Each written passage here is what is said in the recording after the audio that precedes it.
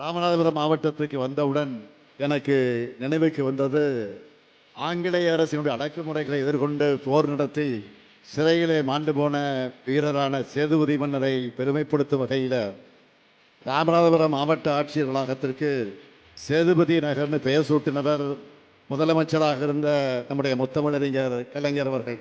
1974ஆம் ஆண்டு தமிழ்நாடு உப்பு கழகத்தை ராமநாதபுரத்தில் தான் முதலமைச்சர் கலைஞர் அவர்கள் அன்றைக்கு தொடங்கினார்.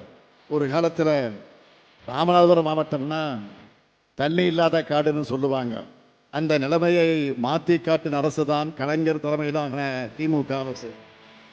இந்த அடியன் அன்றைக்கு உள்ளாட்சித்துறை அமைச்சராக இருந்த காலகட்டத்திலே தான் ராமநாதபுரம் மாவட்டத்தில் குடிநீருக்காக தவிச்ச மக்களுக்கு 616 கோடி ரூபாய் மதிப்பீட்டில் காவிரி கூட்டுநீர் திட்டம் கொண்டு வரப்பட்டது.